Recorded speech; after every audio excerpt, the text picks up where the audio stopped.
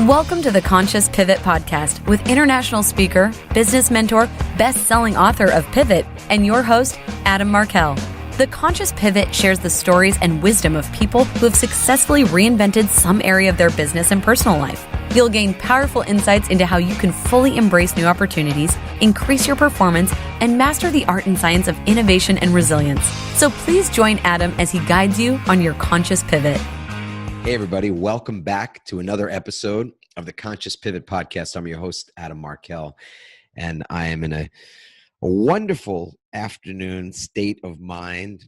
I was just telling the great and amazing guest that I have to share with you today that I'm ready for a nap, but this is the best part about being an entrepreneur, I think, and more than anything, it's constantly drawing more out of me. And I believe more often than not, what it's drawing out of me is more of the best in me, because I'll take a nap later or I won't, but I'll make sure I take good care of myself tonight. So either way, I'm going to get a good night's sleep. But one of the things about being in your own business, and I think a lot of the people in this community, this pivot community, are business owners and entrepreneurs. And we've got some executives and people who are also considering making that transition into something else. And sometimes it's a side gig. Sometimes it's a change of occupation, like I did when out of practicing law after 18 years into a completely different occupation, running a personal development training company. Those two things probably couldn't be any more 180 degrees apart. But there's no question that the world is changing quickly, and the speed of that change seems to only get greater every day. So we've got to be resilient. We've got to be able to bounce back. We've got to be able to take great care of ourselves. And I love how being on my growth edge means that I must pay attention to those things. So the expert and the friend I have on the show today will speak to some of those things as somebody with a great pivot story, a pretty extreme pivot story. I don't know if it's, we'll let you guys determine whether it's as extreme a pivot story as my own, but certainly we're gonna have a lot to learn from this gentleman. His name is Justin Recla. He has over 13 years of experience in advanced training as a counterintelligence special agent and Army soldier. He is a subject matter expert in tactical questioning, surveillance, counter-espionage, threat and vulnerability assessments, and investigative techniques. He is a leader in cryptocurrency and due diligence and education, and is the co-founder of CryptoBit Verified, the very first cryptocurrency vetting provider, something that's going to be very important in the future, now and in the future. Justin brings his honed investigative skills from the military sector and delivers them to the boardroom to help business owners protect their two most valuable assets. I totally agree with this one: time and money.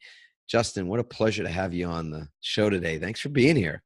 Thanks for having me, Adam. I've been looking forward to this for some time. So this is, I'm glad that we're getting to connect here face to face as well. Yes, we're gonna have a ton of fun. Look, this is very much I read a lot of bios. I get to speak to a lot of people. This is a pretty unique bio. This is not one that, I hear author and coach and, lots and lots of things from folks, of course. Your bio is very different. It's very unique. What's not in this bio? What's not written in this bio that you'd like for people to know about you? Well, I'm a husband. I'm a father. And our family unit is a 24/7 family. Not only just a father, but I'm raising a young entrepreneur that you got to connect with this last summer during a team program at CEO Space. And that's when I fell absolutely in love with you, because my daughter got to spend a week learning from you. And I got to witness her own growth that she went through.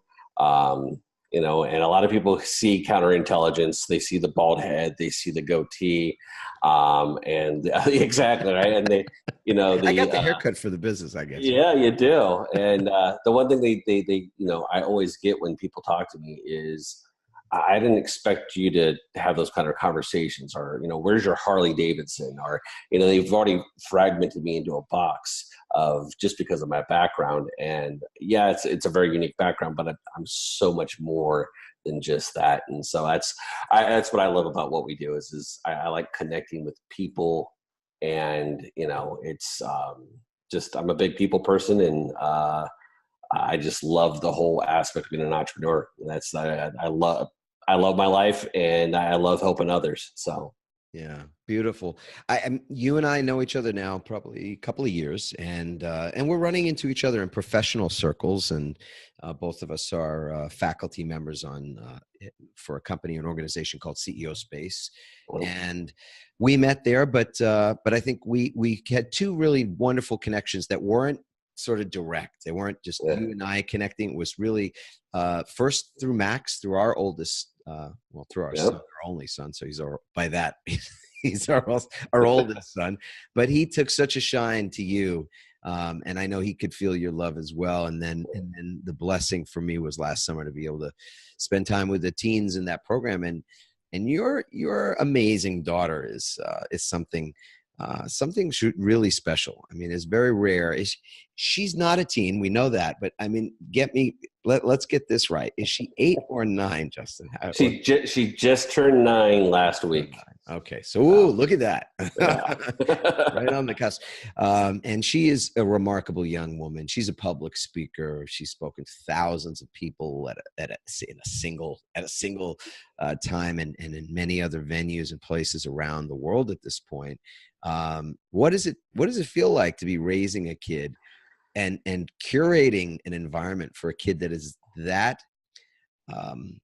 precocious? And I mean that in the absolute best way. Here's what I want to say, because we're not going to maybe spend the whole show talking about Neva, but here's a kid who is a combination of both bright and sensitive and sweet.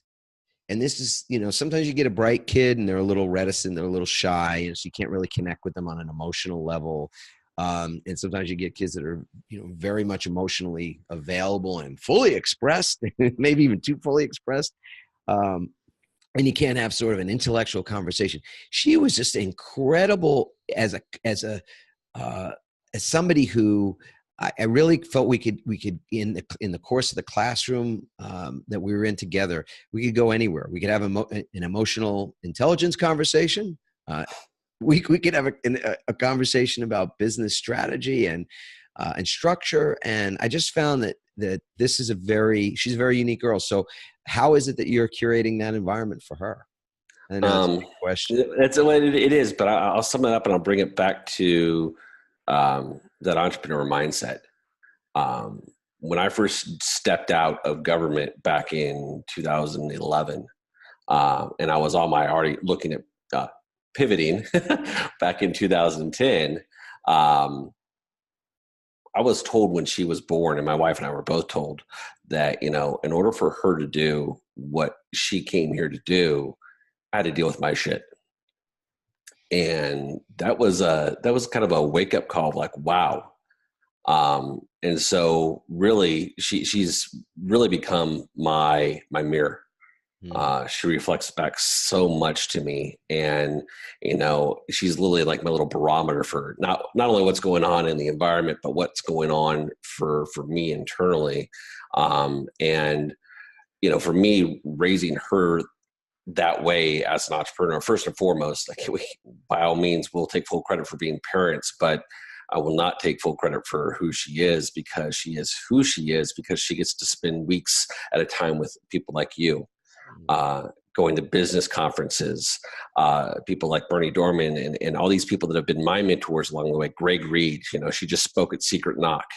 And people like that she is interfaced with, who have looked at her as a person and given her that room. And, you had this there, as a dad, as a father, there, especially as a former counterintelligence agent, there was some fear around, how public she is and all those kinds of things. And so, all the traditional dad stuff of, protecting your children and whatnot, I had to not only deal with my own issues being in the limelight, but what is it like for her to be in the limelight? And I think how to deconstruct all those things. So what is it like?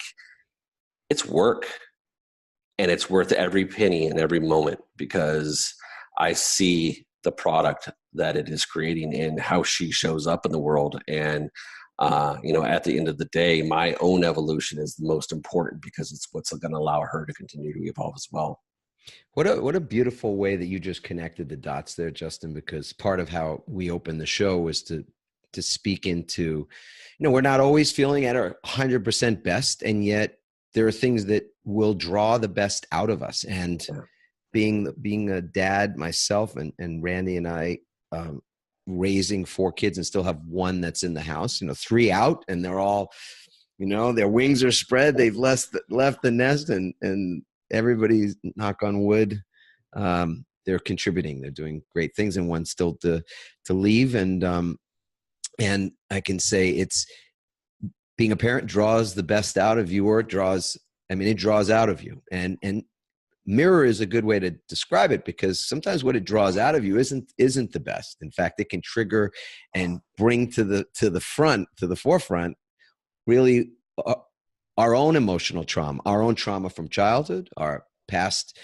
stuff that repeats and comes up, and the kids can trigger that. So either it can make you more of what you want to be, or it can make you more of what you don't want to be. So, and you, my friend, have no easy time of it, since Tonya, your wife, is, I imagine, quite a mirror for you as well, sir. So I married my guru. A lot of people just hire them and then they can fire them when they're done growing. No, I married mine, and that was one of the things that we committed to along the way, was that we would constantly hold each other in our highest.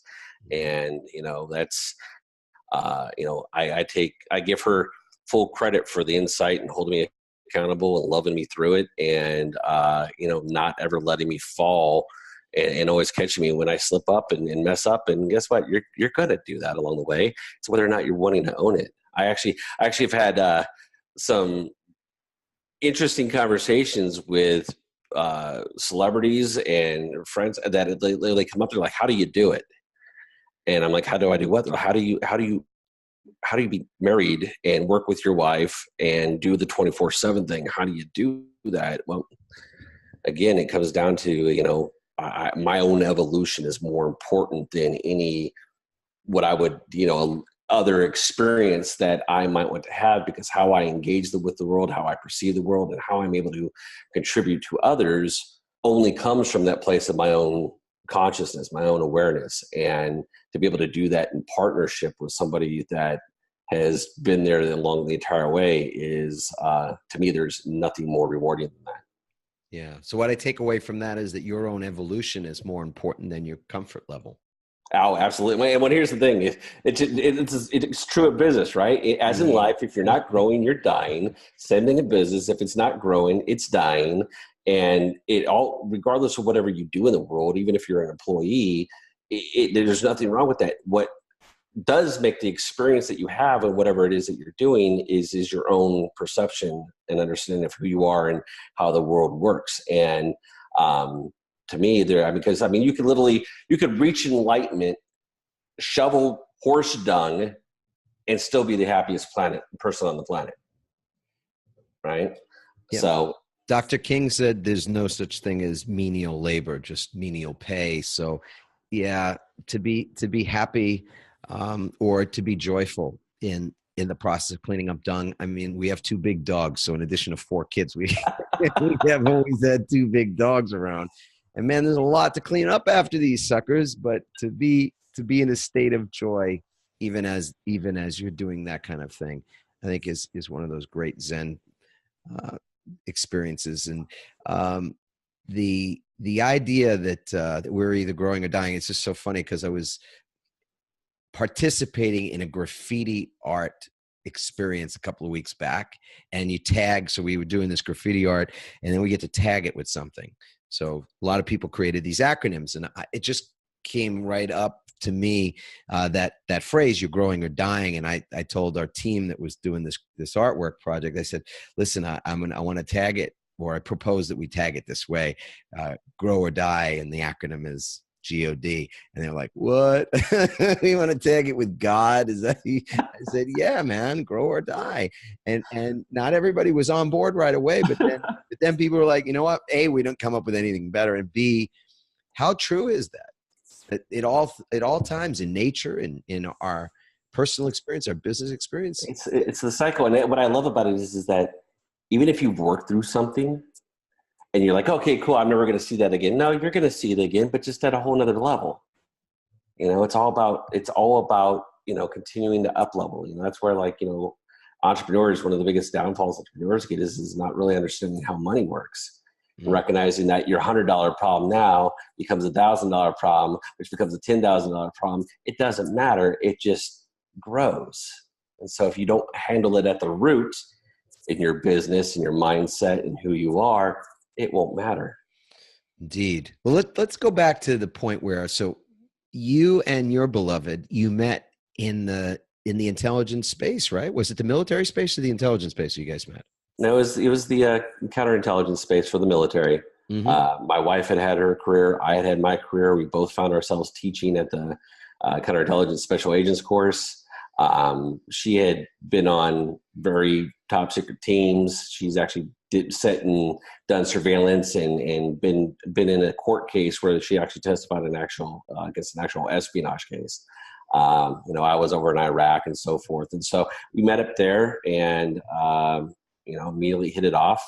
We were teaching a class about critical thinking and whatnot that she and I developed, taught it for the next year and a half. And during the big drawdown in 2011, we saw the tidal wave of unemployment coming and decided that we were going to take essentially the mindset training that we were doing with our agents and the critical thinking stuff, and we were going to take that into corporate America. When we got out, people found out what our backgrounds were, and they said, no, you got to do for us what you did for the government. And that's what started our due diligence risk mitigation program. And my wife has built up her coaching platform since then, and has an organization that helps train coaches. But we had no clue as to what being an entrepreneur is about. In the counterintelligence world, first off, the old saying, right? Counterintelligence, people automatically equate that to spies. The old saying of old spies never die; they just fade away. It's true. I mean, people that have our experience, our type of experience, they end up staying in the military for a career, and then transition into a very similar civilian job.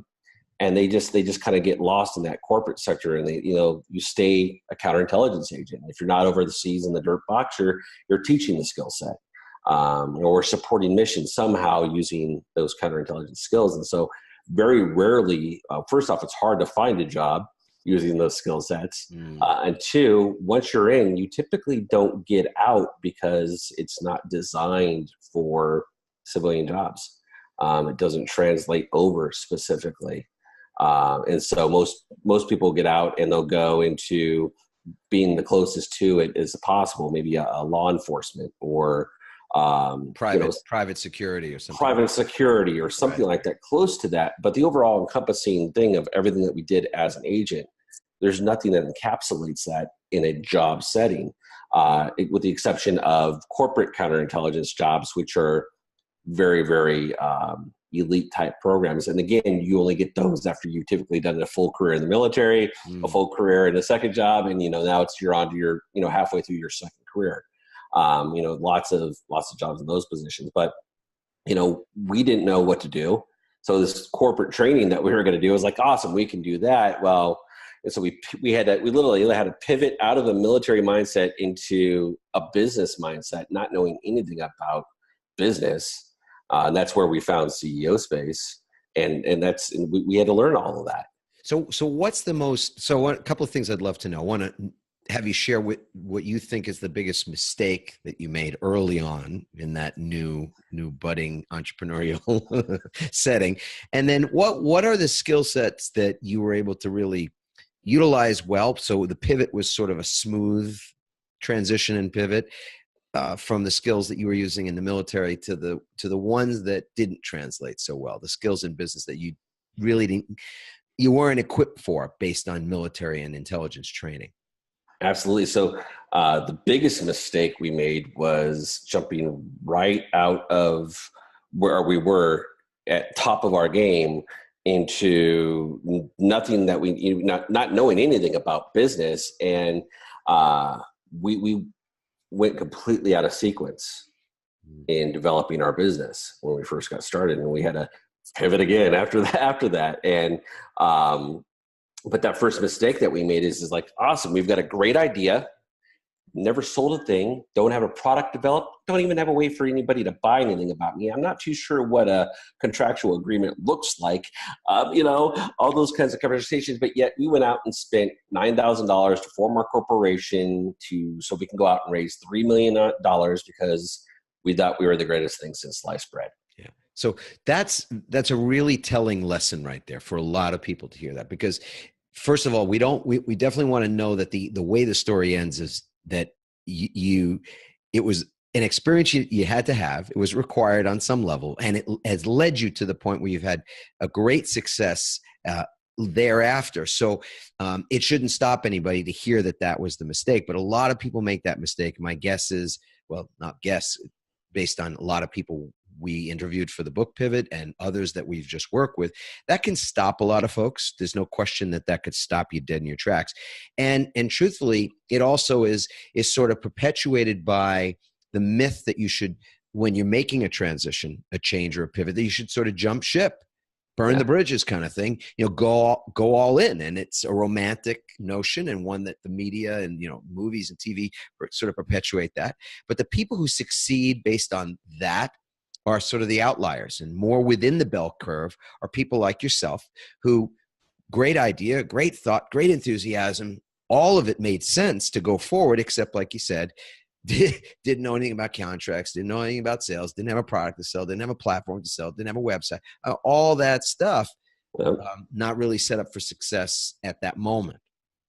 Yeah, well, and what the beautiful thing is that we had, when we took that leap, we still had our top security clearances. So when we fell flat on our face, which we did, because we took the jump, not knowing what it was going to look like, but when we didn't raise the money, or when we didn't raise the capital, and we didn't have anything to move forward on or live off of and so forth, I picked up the phone, and 10 days later, I was in Afghanistan. And so I was able to get a job real quick while Tonya learned everything possible there was that needed to be known in business, so I could come home and we could take the leap again. And it wasn't for another 3 years that we took the full leap. And I mean, I was still doing background investigations for the government up until 2014. And up until the end of 2013 and the beginning of 2014, I said, we're done. And we took the full leap at that point in time.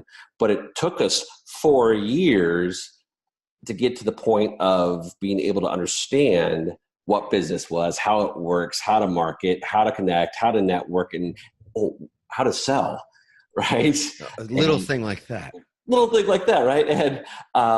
And so at that point in time, that's when we took the full leap and we mailed everything back. My top secret security clearance has lapsed since. I'm actually technically unemployable right now in the old sector that I used to be. And I tell you what, it feels good to be unemployable, because from where we started and falling on our face, we've built up 2 very successful businesses. And, now we're raising a 9-year-old who's on her own path. And on fire. Yeah, for sure. I didn't realize actually that our paths were so similar. People say, Adam, it's amazing this, your own personal story is, miserable lawyer to, very different experience of living and all that kind of thing. How did that happen? And it very much was the way you described it.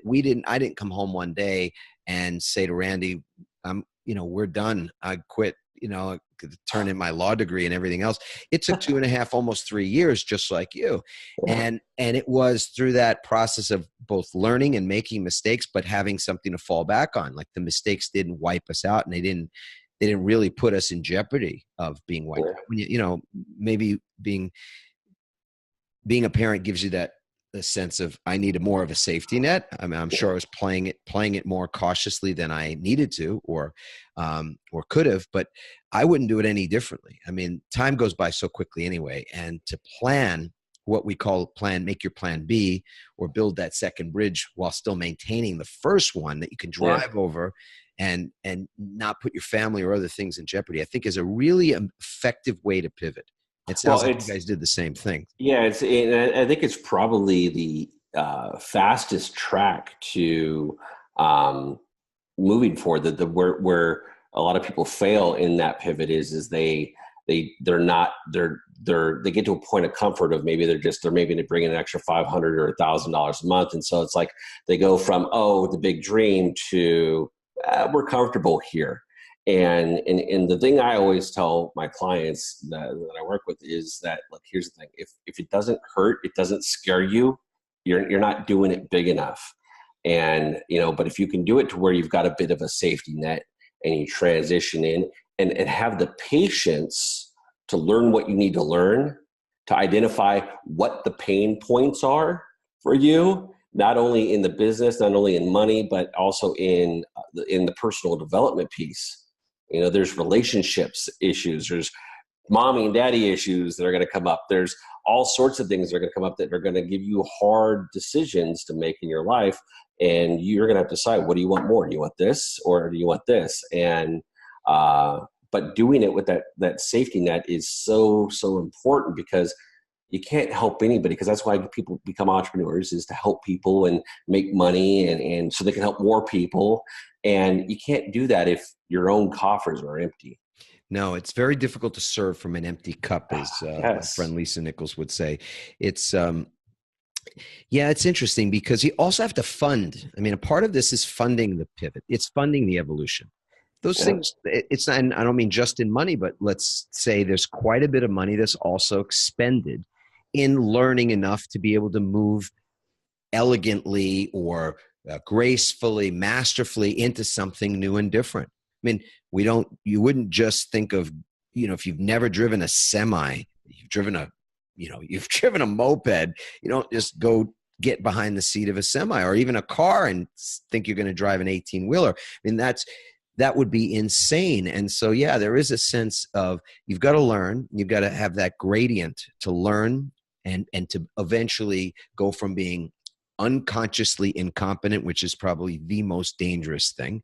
You're sort of unaware of the fact that you don't know very much. You think you know more than you actually do. You are a danger to yourself and to others, right?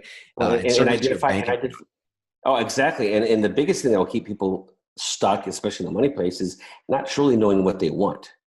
They'll give it lip service, but they haven't really sat down and decided what that is. It's just, they're like, I just don't want a job. Well, I'm not talking about what you don't want. What do you want? And plan it from there. What drives you? And it's, Neva will tell you, find something you like to do and find a way to make money at it. If feeding the homeless makes you happy, awesome. Go feed the homeless and find a way to make money at it. You can do anything with the right mindset. And if you're in a situation where you're pivoting, you're in a job, or if you're in the military, one, reach out to me. I'm happy to have a conversation with you. But two, focus on where do you want to go? What does it look like? So you can pivot, so you know what questions and what things you need to be looking for along the way. It's a lot easier if you do that and have the foresight to look ahead and plan. Otherwise, it can be a really, really rough road.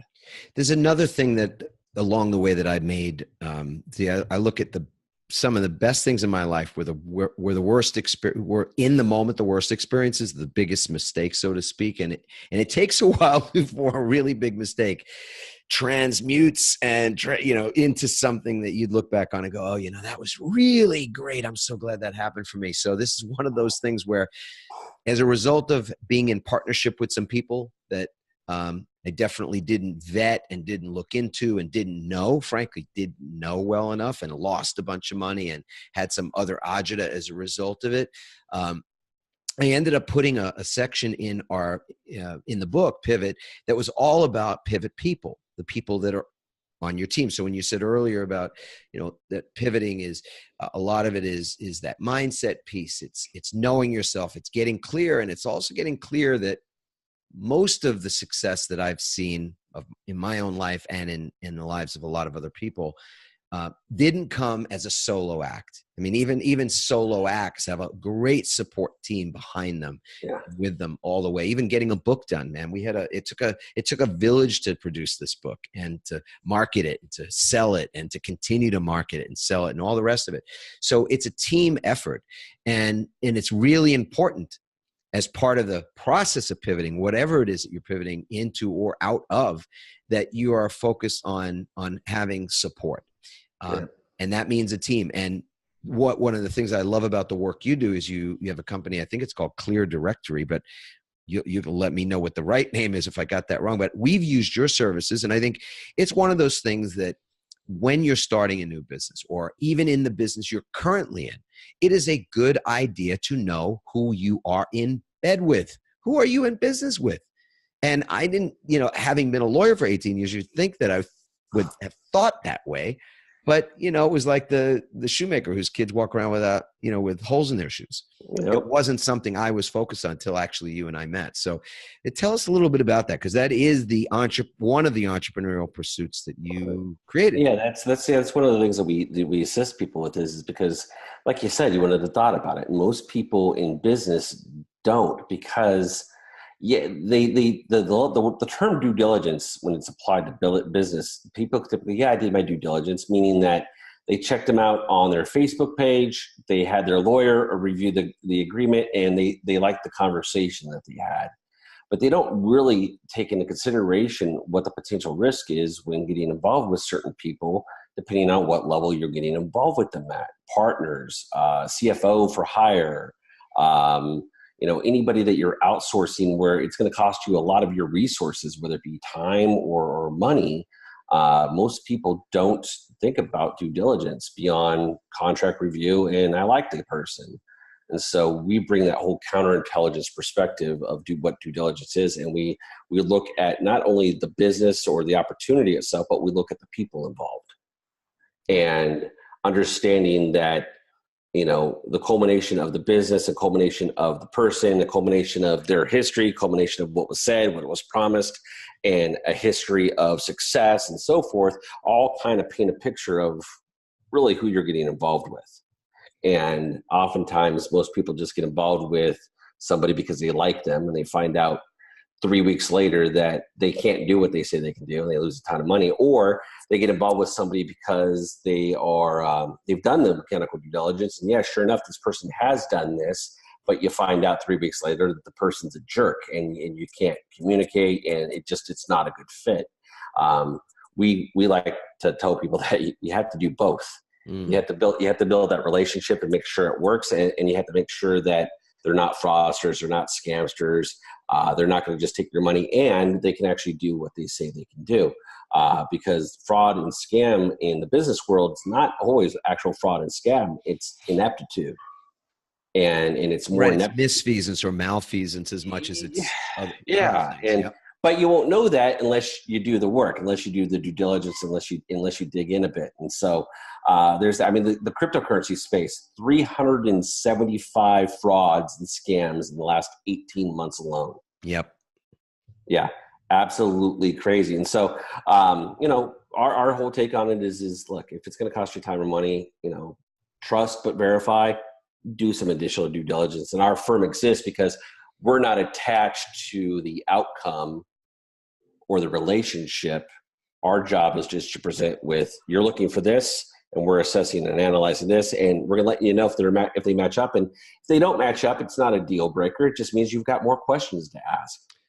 Yeah, to have somebody independently looking. Look, if I could go back, I rarely do I allow myself in the headspace of thinking back as in regret or I wish I could have, shoulda, coulda, that, because I think it's part of the personal development training, if we could call it anything. I'd say in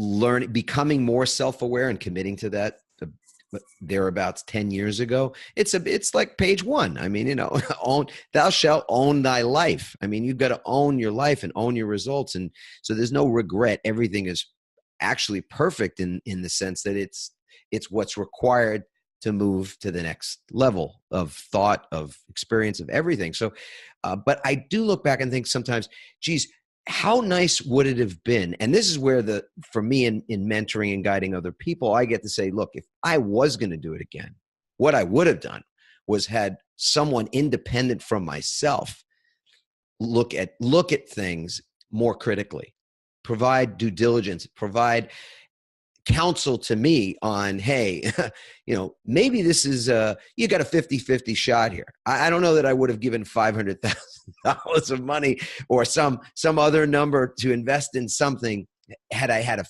somebody had said, listen, there's a 50-50 shot here, and here's why. And oh, by the way, this person that you're about to partner up with in business, did you happen to know that they've had a few partners in the past and they didn't really get along with their partners too well, and they ended up getting sued by their partners, and that kind of thing. That's really valuable information to have going into a relationship, because it is in many ways as important a relationship. A business partnership is just like a marriage, and a business divorce can be as ugly as a marital divorce. In fact, it can be uglier. I used to handle a number of those cases as a lawyer. So yeah, a lot uglier sometimes. Sometimes the divorce, it looks like a walk in the park. Yeah. So share a little bit more about, because that's a whole other topic, but the crypto space is confusing to a lot of people. As you say, in the last year, there've been, I don't even remember the number you gave, but let's say a lot of sort of misrepresentation that's been a part of that as well. So do you think there's a bona fide opportunity for people today? And if so, I mean, we're not, not in the sort of the end, this show really isn't intended to give that kind of advice, but if you've got a sense of where you see the opportunity in blockchain technology, and cryptocurrency is just an element of that, I'd love to get your thoughts on it. And do you think that there's been so much fraud in the space that it's going to take a bit of time now to reestablish not just credibility, but the trust of the public in regard to it? Well, I think the biggest thing is understanding that the blockchain technology is here for stay. I mean, it's blockchain is revolutionizing all sorts of business. I mean, from Amazon's talking about it, Apple's talking. I mean, everybody's talking about blockchain now. The opportunity in cryptocurrency, yes, there's a ton of fraud out there. Matter of fact, the resurgence of frauds and scams that we've seen in that industry, it was big back in the boom into 2017, and it carried over a little bit until the beginning of 2018, and it was. Yeah, it left a lot of bad taste in people's mouths because, they got in on the hype. Grandma and grandpa decided to buy some Bitcoin, but they bought it when it was at 20,000, right? And, they're the media manipulation, the bank manipulation of the markets, all those kinds of things, right? I truly believe, I mean, if you understand how money works, if you looked at the fiat system, understand central banking, understand the issues with the global debt and so forth, it's just a matter of time before there's got to be some sort of system reset. And it's interesting, Justin, before when you said central banking, it almost came out as central breaking. Yeah, well, okay. Quantitative easing, right? A little slip there, right? Yeah. Is that crypto is definitely going to be a new way of doing business. And here's the thing: if you understand the markets, you understand that you're treating as an investment, and you're buying and selling, or you're playing the long-term hold because you believe in what the company's doing, and you've done your due diligence on the opportunity, whether it be a security platform that you're buying into, or or just Bitcoin itself. Understanding the markets is what's key, and I think the opportunity is huge. Matter of fact, we're getting ready to put together a very elite mastermind around it that's going to be teaching people about crypto, some of the mindset, personal development training. Plus, we've partnered with a professional trader that's going to help people learn and understand how to make money in the space. And so it's going to be a very unique opportunity. But yeah, there's a ton of money to be made in that space right now. And, I'd like to tell people, you either learn about cryptocurrency now, or you're going to learn about it 15 years from now, because it's not going away. And it just depends on what does it look like? How do we use it? How do we engage it? How does the technology advance? And as more people come online and accepting it, it's going to create even more opportunity. Yeah, it's not a whole lot different than how the the world received the technology of electronic mail. Like now we take it for granted. Yeah. Certainly, I mean, that it's been around forever, but it hasn't been around forever. And I didn't grow up with electronic mail. I didn't grow up with email. I didn't grow up with the internet. Neither did you. I mean, we didn't grow up with fax machines, for crying out loud. We didn't, the beeper was something we were using when our first two kids were born. I was in law school and I had a beeper and I had to go go find a payphone to find out if Randy was in labor. And so technology's definitely one of those things that there's always early adoption. And sometimes the early adopters, they're like the pioneers. You can tell the pioneers because they had the arrows in their backs, right? So exactly. But they're the ones that took the risk to get to where they were. Exactly. Right? And you can't get to any place without those pioneers. So, exactly. in any event, there's definitely a great opportunity ahead of us. Folks I have people that are still saying in various places that I meet them, I don't know what blockchain technology is. Now, I know we won't get into this in great depth, but can you explain it for a layperson who might be watching or listening to this? What is the blockchain for them? Absolutely. So a blockchain is literally nothing more than an electronic public ledger system that provides full transparency of whatever data, whether it be Bitcoin or information on a public ledger. And so you've got literally, as far as Bitcoin is concerned, you've got millions of computers around the world that are keeping track of this ledger of every time Bitcoin is sold or bought and moved around from here to there. That public ledger, it doesn't allow for things like double entry.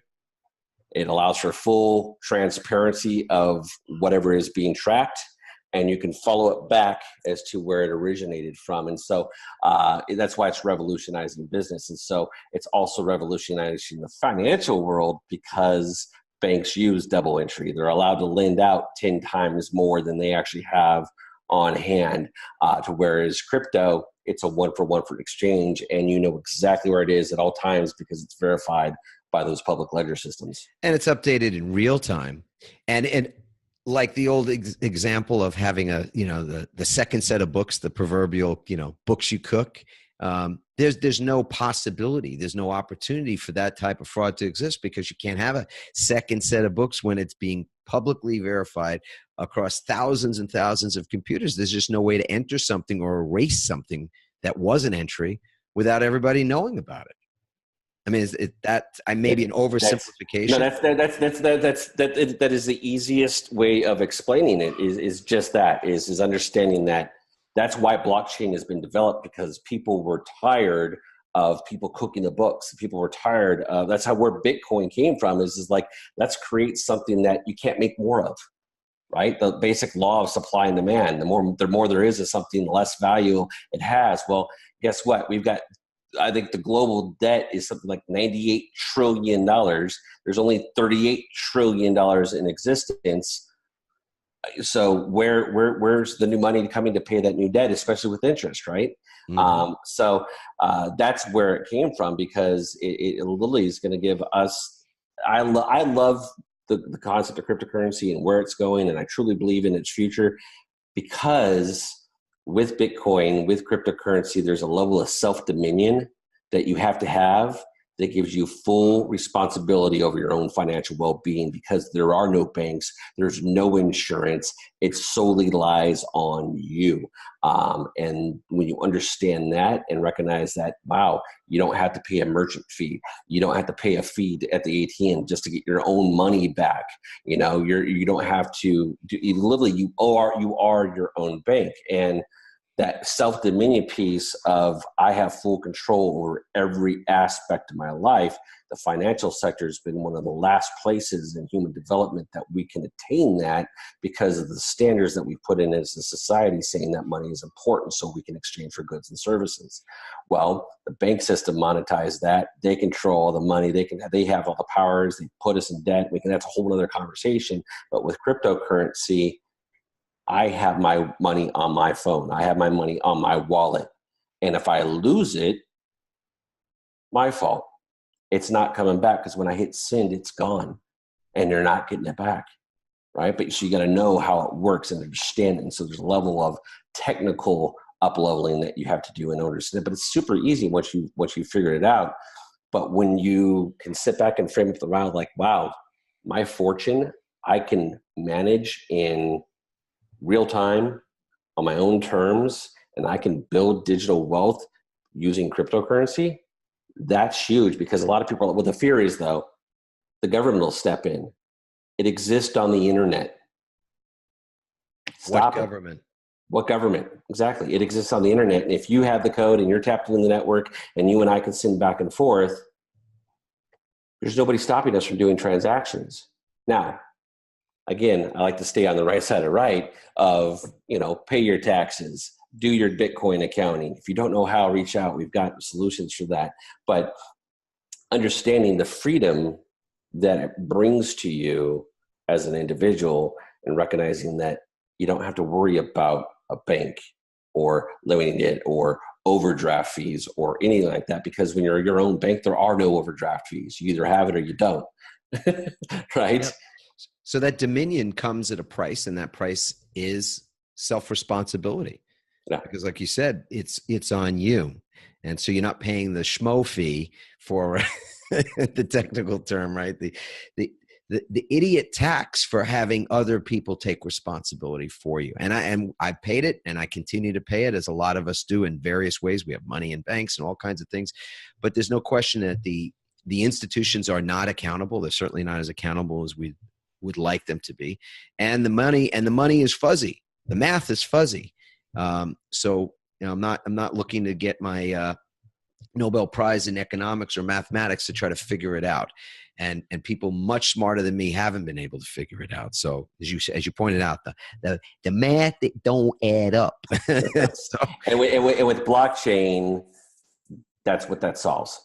Yeah, it solves that, and that's what drives the value of of Bitcoin up, and other currencies that are actual true currencies up. Is the more people that use it, the more people that want it, the more influence it has within the markets. There's a lot of market manipulation going around right now because of the ETFs that are they going to get passed? Are they not going to get passed? That big money's institutional money's manipulating the market a bit still. But as more and more people come on board, I mean, imagine 5% of the world right now even knows and utilizes Bitcoin. Can you imagine? And right now the price is $6,500, I think, right? That's only with 5% of the world using it. What's the value of Bitcoin going to be when we're at 20% of the people or the world using it? Yep. What's it going to be when there's 50% of the world that are using it? What's the value of it going to be then? So it's a good time to be alive. It is. I enjoy the conversation of Dominion and helping people with their just where they're at in life. I'm excited that you've got your mastermind getting started to help people learn more about this and educate them, and have expert, folks that are really on the forefront of that teaching. So in the show notes for this particular podcast, there'll be more information about Justin, about his company, about that opportunity as well, which is really exciting. Justin, before we started, I asked you if you personally believe in the power of rituals in order to be more resilient as a business owner, as an entrepreneur. So I'd love to know what your thoughts are on that. Do you have a particular ritual that you use at a certain time of the day to help you to create that resilience? Yeah, for me, it's every morning. First hour and a half, 2 hours of my day is drinking coffee and mind mapping, discussing, exploring the previous day, that night's dreams, whatever, with my wife, and really exploring what's showing up for me in the projection, what's coming up and how I can move through it, how I can respond to it. And so for me, it's that connecting with her in that space, taking some time to myself to read something about where I'm at and what I'm dealing with or what's coming up for me, and moving through that. And to me, that is the most important. And oftentimes throughout the day, something will come up, and just you got to step away and just examine it, and don't let it fester. Don't let it build. So I like to take things head on as they come along. But I start my every day. My morning ritual is to connect in that sacred space with my wife. That's beautiful. Yeah, it's That's a special time in our house too. I love to sit and just have a cup of coffee with my wife, and even just to be still. Don't even have to speak sometimes. It's sometimes, depending on how I've been behaving, it's sometimes better that I don't say anything. Yeah, this has been a very enjoyable talk, and I know that, Justin, this is just the beginning of so many wonderful collaborations we get to have together. And Yeah. for those of you that would love to learn more about Justin Recla and his team and Clear Directory and all the things that they're up to, definitely check out the show notes. We'd love to hear from you as well and find out what you learned and what you took out of this particular episode. So iTunes, please feel free to leave a review or leave a comment at adammarkel.com/podcast. Of course, our Facebook page welcomes you. If you want to be in a community of like-minded, like-hearted pivoters, then you can go to Start My Pivot Community on Facebook. And of course, as always, you can get our free downloadable Kickstart guide, 6 questions to help you determine where you are in your pivot. Are you building that bridge, that plan B right now, or has something already happened and you're making the change on the fly? Wherever you are in that process, the Kickstart Guide will meet you there and support you, and it's free, and it's yours as our gift by going to startmypivot.com. Startmypivot.com. I want to leave everybody with a prayer, which you can look at it as an intention if prayer doesn't work for you, but I really feel the power of prayer is so important. It's so much more important in my life now than it ever was before, and I don't assign any religious meaning to that. For me, this is a place for me to connect with myself at my core, and also to connect with my own understanding of creation and where I'm supported by my creator, and we all have different names for that. And so whatever you call it and whatever it might look like for you, I want to share this thought and see if it's something that might also provide you with the same benefits. So the prayer is that we all get to wake up tomorrow. And I don't think I'm going to get much pushback from anybody about that. We got to wake up today, and that was not a guarantee. There's no contract that said we were going to get to wake up today, but we did, and that was a blessing. And tomorrow, I'm hoping and intending and even praying for that result for all of you, that we all get to wake up, and that in that moment of waking, that we also are waking up our consciousness by reason of the fact that we recognize it's not a given that we get to wake up, and therefore it's something we can be grateful for.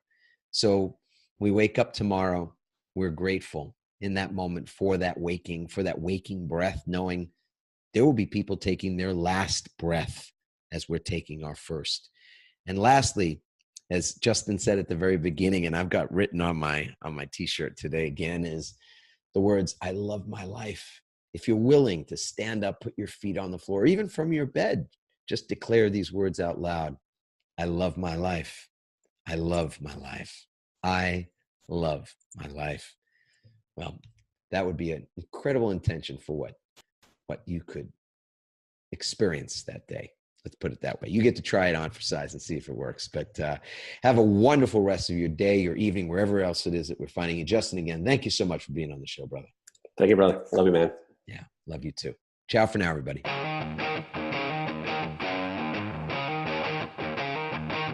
Thanks for listening, everyone. We hope you now have the tools and greater insights to navigate your own pivot. Help us inspire others by sharing this episode and leaving your comments over at adammarkel.com/podcasts. For more tips, strategies, and support as you consciously pivot into a new business and lifestyle you love, join our pivot community on Facebook at pivotfb.com.